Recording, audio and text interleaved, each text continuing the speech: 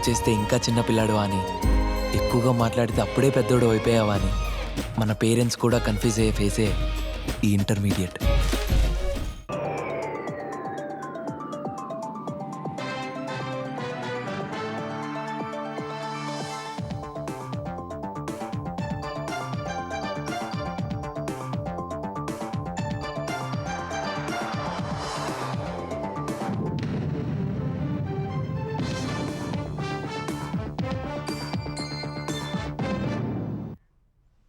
నమస్కారం, ETV news కు స్వాగతం. మద్యం కుంభకోణం కేసులో అరెస్టు చేసిన వైసీపీ ఎంపీ మిథున్ రెడ్డిని సిట్ అధికారులు విజయవాడ ఏసీబీ న్యాయమూర్తి ఎదుట ప్రవేశపెట్టారు. సిట్ తరపున న్యాయవాది కోటేశ్వరరావు, మిథున్ రెడ్డి తరపున న్యాయవాది నాగార్జునరెడ్డి వాదనలు వినిపించారు. మిథున్ రెడ్డి అరెస్టుకు 29 కారణాలను సిట్ కోర్టుకు నివేదించింది. మిథున్ నేరం చేసినట్లు గుర్తించామని స్పష్టం చేసింది. మద్యం కేసు మనీ ట్రయల్లో మిథున్ రెడ్డి పాత్రపై స్పష్టమైన ఆధారాలు ఉన్నాయని సిట్ న్యాయవాది తెలిపారు. మిథున్ రెడ్డి 3 సార్లు ఎంపీగా చేశారని, ప్యానెల్ స్పీకర్గా కూడా పనిచేశారని, అరెస్టుపై స్పీకర్కు సమాచారం ఇవ్వలేదని ఆయన తరపు లాయర్లు వాదనలు వినిపించారు. అయితే ఆయన రిమాండ్పై డిఫెన్స్ న్యాయవాదులు అభ్యంతరం చెప్పలేదు. మద్యం కేసులో మొదటి నుంచి అమలు వరకు మిథున్ రెడ్డి ప్రధాన కుట్రదారని గ్రౌండ్ ఆఫ్ అరెస్ట్లో సిట్ అధికారులు పేర్కొన్నారు. ఈ కేసులో ఏత్రీగా ఉన్న ప్రభుత్వ ఉద్యోగి సత్యప్రసాద్కు నాన్ కేడర్గా ఐఏఎస్గా పదోన్నతి ఇస్తామని కుట్ర అమలు చేయించారని వెల్లడించారు. ఏ2 వాసుదేవరెడ్డి, ఏ3 సత్యప్రసాద్లను మిథున్ రెడ్డి నేరుగా ప్రభావితం చేశారని పేర్కొన్నారు. రాష్ట్ర ఆదాయానికి భారీ నష్టం చేకూరేలా మిథున్ రెడ్డి వ్యవహరించారని తెలిపారు. ఆంధ్రప్రదేశ్లో వైసీపీ హయాంలో జరిగిన మద్యం కుంభకోణంపై పార్లమెంటు వేదికగా గళం విప్పుతామని కూటమి ఎంపీలు లావు శ్రీకృష్ణదేవరాయలు, బాలశౌరి తెలిపారు. సోమవారం నుంచి పార్లమెంటు సమావేశాలు ప్రారంభమవుతున్న వేళ కేంద్ర ప్రభుత్వ ఆధ్వర్యంలో జరిగిన అఖిలపక్ష సమావేశంలో టీడీపీ నుంచి శ్రీకృష్ణదేవరాయలు, బాలశౌరి పాల్గొన్నారు. మొత్తం 6 అంశాలపై పార్లమెంటులో చర్చించాలని అఖిలపక్ష సమావేశంలో కోరినట్లు శ్రీకృష్ణదేవరాయలు చెప్పారు.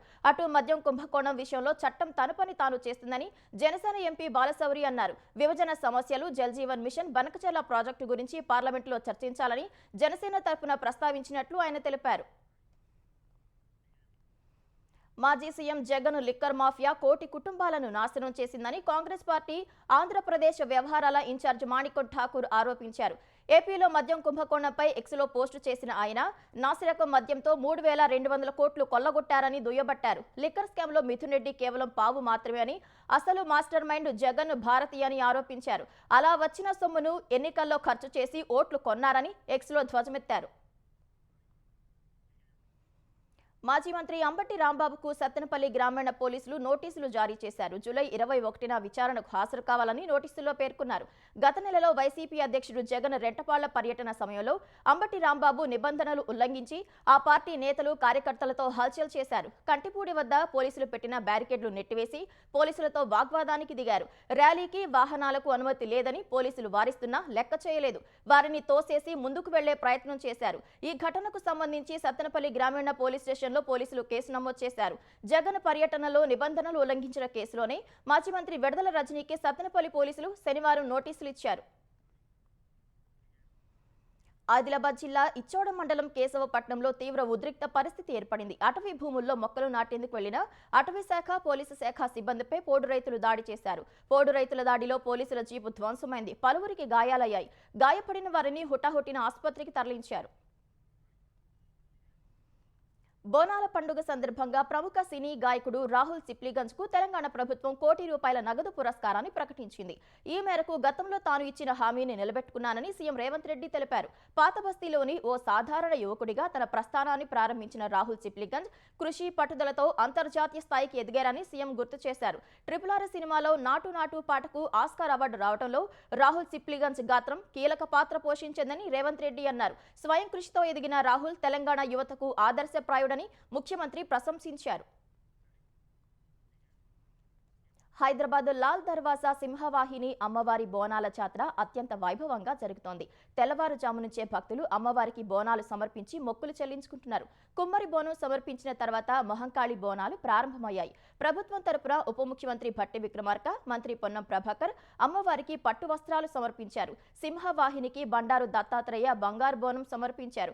హైదరాబాద్ కలెక్టర్ హరిచందన, పలువురు రాజకీయ నాయకులు అమ్మవారిని దర్శించుకున్నారు. ఎమ్మెల్సీ కవిత అమ్మవారికి బోనం సమర్పించి ప్రత్యేక పూజలు చేశారు. టీటీడీ చైర్మన్ బిఆర్ నాయుడు, ఎమ్మెల్యే దానం నాగేందర్ సింహవాహిని మాతను దర్శించుకున్నారు. అమ్మవారి దర్శనం కోసం భక్తులకు ప్రత్యేక క్యూలైన్ను ఏర్పాటు చేశారు. 1200 మంది పోలీసులతో పటిష్ట భద్రతా ఏర్పాట్లు చేశారు. ఈ సందర్భంగా బోనాల నిర్వహణకు ప్రభుత్వం 20 కోట్లు మంజూరు చేసినట్లు ఉప ముఖ్యమంత్రి భట్టి తెలిపారు. లాల్ దర్వాజా సింహవాహిని అమ్మవారి గుడి అభివృద్ధికి కావాల్సిన నిధులు అందిస్తామని భరోసా ఇచ్చారు. దక్షిణ కొరియాలో 5 రోజులుగా కురుస్తున్న భారీ వర్షాల కారణంగా 14 మంది మరణించగా మరో 12 మంది గల్లంతయ్యారని అధికారులు తెలిపారు. సాంచియోంగ్, గప్యోంగ్ నగరాల్లో ఈ మరణాలు సంభవించినట్లు చెప్పారు. గల్లంతైన వారి కోసం తీవ్రంగా గాలిస్తున్నట్లు తెలిపారు. బుధవారం నుంచి ఇప్పటి వరకు దక్షిణాది ప్రాంతాల్లో పలుచోట్ల 80 సెంటీమీటర్ల వరకు వర్షపాతం నమోదైనట్లు దక్షిణ కొరియా మంత్రిత్వ శాఖ తెలిపింది. ప్రస్తుతం చాలా చోట్ల వరద ప్రభావం తగ్గిందని, కొన్ని ప్రాంతాల్లో ఇళ్లు ధ్వంసమయ్యాయని, చెట్లు నేలకొరిగాయని వెల్లడించింది. వరద ప్రభావిత ప్రాంతాల నుంచి సుమారు 4000 మందిని సురక్షిత ప్రాంతాలకు తరలించారు. పాకిస్తాన్లో భారీ వర్షాల కారణంగా సంభవించిన వివిధ ప్రమాదాల్లో శనివారం 10 మంది మరణించినట్లు అధికారులు తెలిపారు. వర్షాకాలం మొదలైన నాటి నుంచి ఇప్పటి వరకు మొత్తంగా 203 మంది మరణించారని, 562 మంది గాయపడ్డారని పేర్కొంది. వరదల వల్ల పలుచోట్ల ఇళ్లు నేలకూలగా, రోడ్లు ధ్వంసమయ్యాయని తెలిపారు. ఖైబర్ పఖ్తూన్ఖ్వా, పంజాబ్, బలోచిస్తాన్లో వరదలు తీవ్రంగా ప్రభావం చూపినట్లు అధికారులు వెల్లడించారు. వరద ప్రభావిత ప్రాంతాల్లో కొన్ని రోజుల పాటు చెరువులు, నదులు, సహజ నీటి ప్రవాహాల్లో స్నానం చేయడం, ఈత కొట్టడాన్ని పాక్ ప్రభుత్వం నిషేధించింది. ఇవాళ కూడా దక్షిణ బలోచిస్తాన్, సింధ్, ఇస్లామాబాద్ సహా పలుచోట్ల వర్షాలు పడే అవకాశం ఉందని పాకిస్తాన్ వాతావరణ శాఖ తెలిపింది.